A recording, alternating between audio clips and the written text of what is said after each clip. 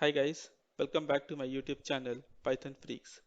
This is the third video on my channel, and with this particular video I'm starting a new video series called Python Automation Interview Series. This is the first part of it and we'll be adding many more videos in the same series soon. Coming to the agenda of the video, so in this video series we'll discuss the actual question which were asked in the recent interview which I gave for Python automation. So we'll try to discuss the answer of the same question with some real-time example, and we'll even try few snippets in the IDE. So without any delay, let's start the video. So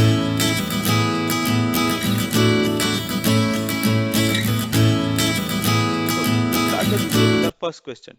What is mutable and immutable data types in Python? So a mutable data types are the one which can be updated or modified after it's created. Example, dict, set, array. On the other hand, immutable data types are the one which can't be modified or updated once it's created. Example, tuple, int, float, string. We will discuss more on this in the second question as both the questions are interrelated. So now let's move to the second question. What are lists and tuples? What are the key difference between the two? So the first difference, and which is the key difference, is lists are mutable, that is they can be modified post creation, but tuple are immutable, that is they can't be modified or updated once created. Let's try to understand this with one example, which will also help to understand the first question. Now let's try to understand this mutable and immutable data types with one small example. Let's declare a list with 4 elements.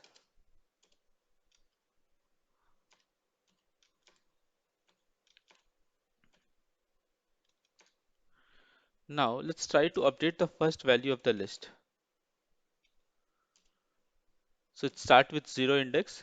So we will update that value as say 16. Now let's try to print the list.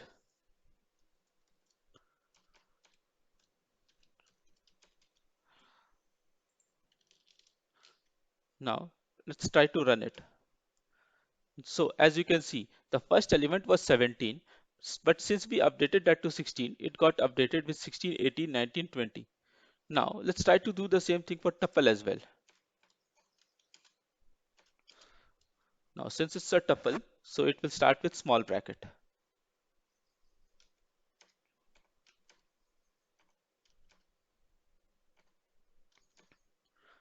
Now let's try to update the first element of tuple as well.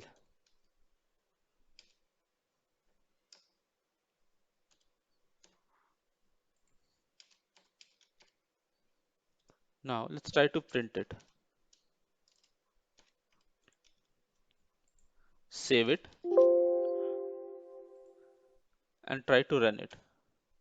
So as you can see, tuple does not support item assignments. So this is what we were trying to discuss. It can't be updated. Tuple can't be updated, whereas list can be updated. So this was the one of the key difference between the list and tuple. Like you can see the error, type error. Tuple object does not support item assignment, which means tuple object can't be updated or modified once it's created. But in case of list, we were able to update the values. Hence, tuple we call it as immutable data types, and list we call it as a mutable data types since we were able to update the values. Now, let's move to the next difference between the list and tuples. Lists are usually slower than tuples, and also list consumes a lot of memory. But why? It's because tuple are stored in a single block of memory, and tuple doesn't require extra space to store new object. So the accessibility is fast as compared to the list, and this is the reason why it consumes less memory. So that was pretty much about the list and tuple. Now let's move to our next question, which is what is dictionary in Python? So dictionary is basically used to store values in key value format. So let's try to take one example and things will be more clear after that. Let's declare one dictionary. See, name.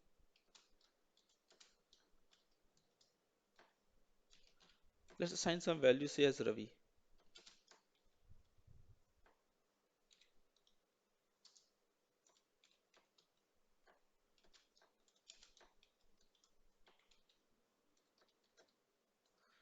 Now let's try to print a dictionary first.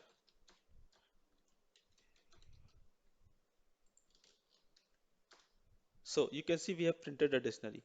Now let's try to print all the keys which a dictionary has. So what we have to type as dot keys.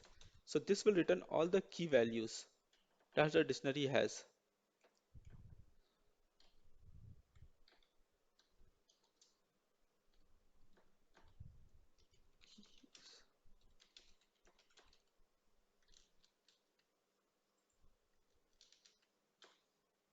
So like you can see, it has two keys, name and title.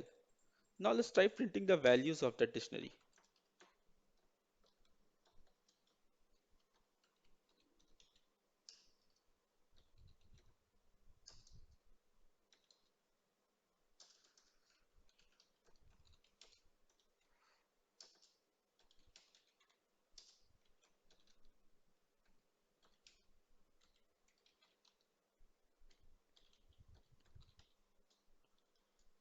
Let's try printing it. So you can see it has printed the value as well. Now let's come to our fourth question. Can we store two values in one key in a dictionary? Yes, we can do that. How? Let's see it with one example. Let's let's take the previous example. Dict1, here the key is name and it has one value, Ravi. So let's transform the same thing to a list.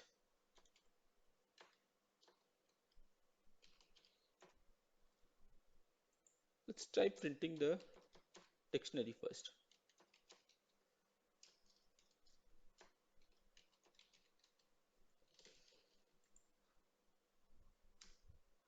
So things remain the same. Now let's try to add one more value to that key name.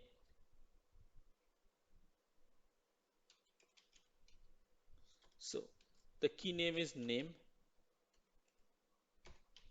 Since it's a list, we can append one more value, say XYZ. So now let's try printing the list again and see what's the difference. After updation,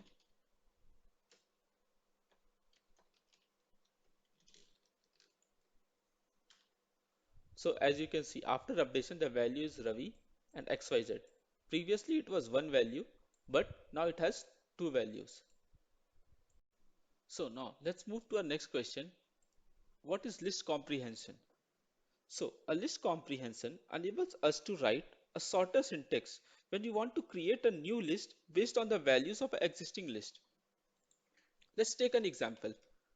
List 1 has values of all the numbers till 1 to 10.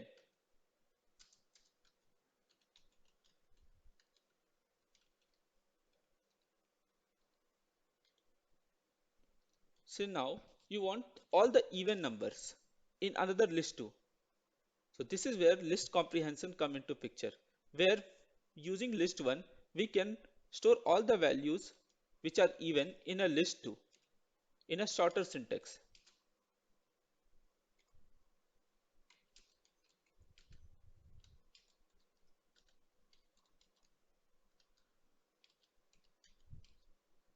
So we can put a condition here, if x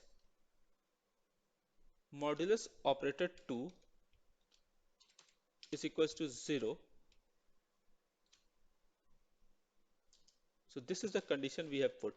Now let's try printing the list 1.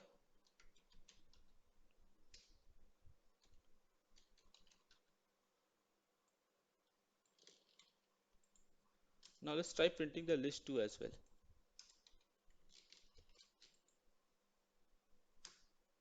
So you can see here we have all the values 1, 2, 3, 4, 5, 6, 7, list 1, and list 2 has all the even numbers. Now let's come to the sixth and last question of the day. What is lambda in Python? So a lambda is nothing but an anonymous function, that is a function without a name that can take any number of arguments but can have only one expression. Let's try to understand with this one example. I'm writing a function lambda which will return the product of all the numbers given.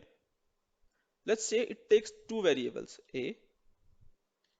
Let's take it three variables. And what to do with this? Find the final product of it.